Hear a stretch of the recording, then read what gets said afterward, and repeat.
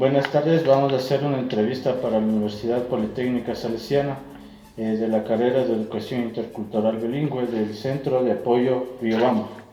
El entrevistado es Darío Hernán Capaguay. El tema es el siguiente: experiencia y modelo educativo para la enseñanza-aprendizaje de las ciencias sociales. Para empezar esta entrevista tenemos la primera pregunta, que es: ¿qué aprendizajes recuerda del área de ciencias sociales?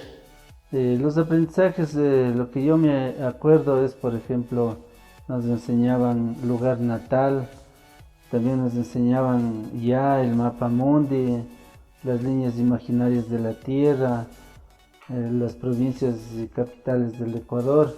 Segunda pregunta tenemos: ¿cómo le enseñaron sus profesores los contenidos de esta asignatura? El sistema memorístico, donde que si no dábamos la lección al pie de la letra, pues ya nos castigaban o nos sacábamos cero. Entonces había un libro que era el escolar ecuatoriano, donde ahí tenía las 4 áreas y ciencias sociales como que ocupaba el mayor espacio en el libro. Tercera pregunta: ¿para qué cree que deben servir los aprendizajes de la asignatura de ciencias sociales? Tienen que servir para que el estudiante pueda determinar su origen, también para que identifique el entorno donde se desenvuelve y para que conozca las formas de organización política y socioeconómica de su comunidad, de su cantón y de su país. De acuerdo al video que observó, explique con sus palabras los elementos que intervienen en el modelo educativo que propone el nuevo enfoque curricular en la enseñanza de las ciencias sociales. Yo he identificado 4 elementos fundamentales. El primero es la fundamentación teórica, el segundo es la vinculación del contexto con la comunidad, el tercero es el desarrollo de habilidades para la vida y el cuarto es la pedagogía crítica. Dentro de esos 4 enfoques voy a permitirme ampliar la fundamentación teórica. Primerito, lo que se basa es en la ética y la moral, es decir, que tanto el docente como el estudiante tienen que estar consciente de su labor y de su rol en el proceso de aprendizaje. Predomina el constructivismo, donde que el alumno construye su conocimiento en base a su experiencia y a su interacción con los elementos que intervienen en ese proceso. También el otro enfoque decíamos que es el vínculo del contexto con la comunidad. Y ya dije hace un momento, a veces en la comunidad hay muchas cosas interesantes que nos van a servir para enseñar ciencias sociales. En el desarrollo de habilidades para la vida, por ejemplo, yo diría que el estudiante tiene que saber identificar y a la vez resolver problemas que se presentan en su entorno. Por ejemplo, un problema sería el no saber cuáles son los límites de su comunidad o la ubicación geográfica.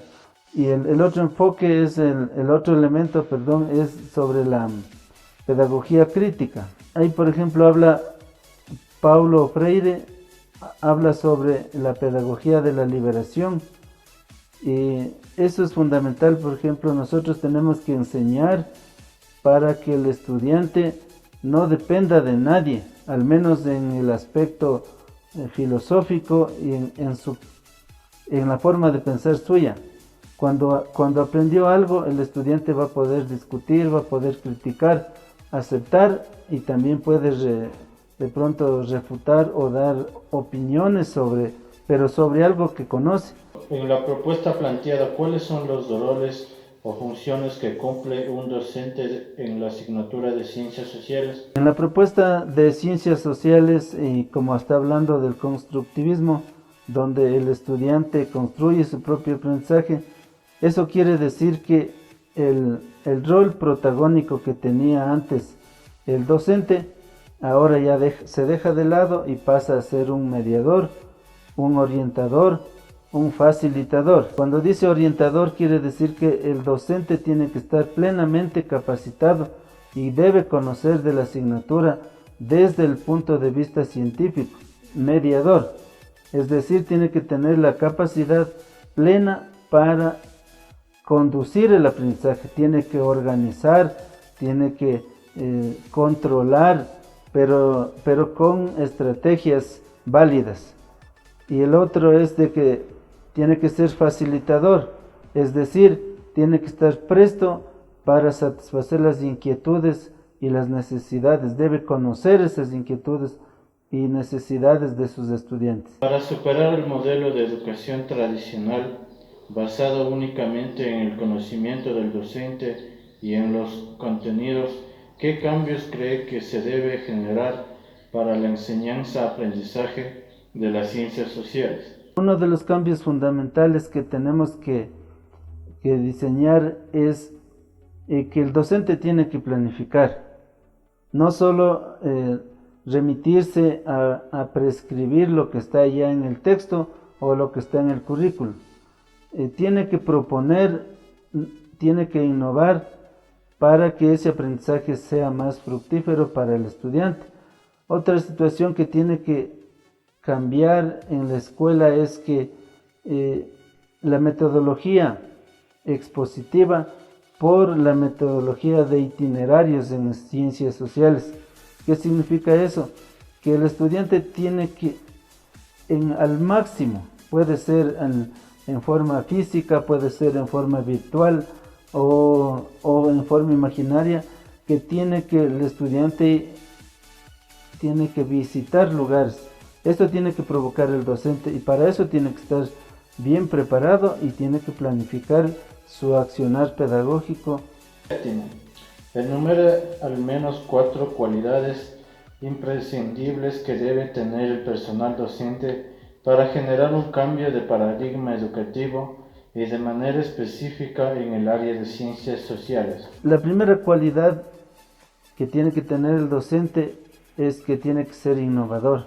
No puede esclavizarse al texto escolar, al currículo que ya está propuesto. Actualmente ese currículo es flexible y admite propuestas, entonces ahí el docente tiene que innovar, tiene que cada vez plantear cosas distintas para que sea más dinámico el aprendizaje. Otra cualidad es que el docente tiene que ser tolerante, es decir, que tiene que saber respetar y también tiene que saber aceptar sus errores y los errores de los estudiantes. No puede ser que un docente siga caminando sin mirar atrás. Siempre tiene que ver si está o no está dando resultado el proceso. La tercera cualidad es que tiene que ser investigador, que no debe conformarse con lo que está dicho en el texto o está dicho en el currículo. Él tiene que ir más allá, tiene que ampliar el horizonte del aprendizaje y del conocimiento. Tiene que investigar, tiene que buscar y comparar de varios autores lo que dice el conocimiento.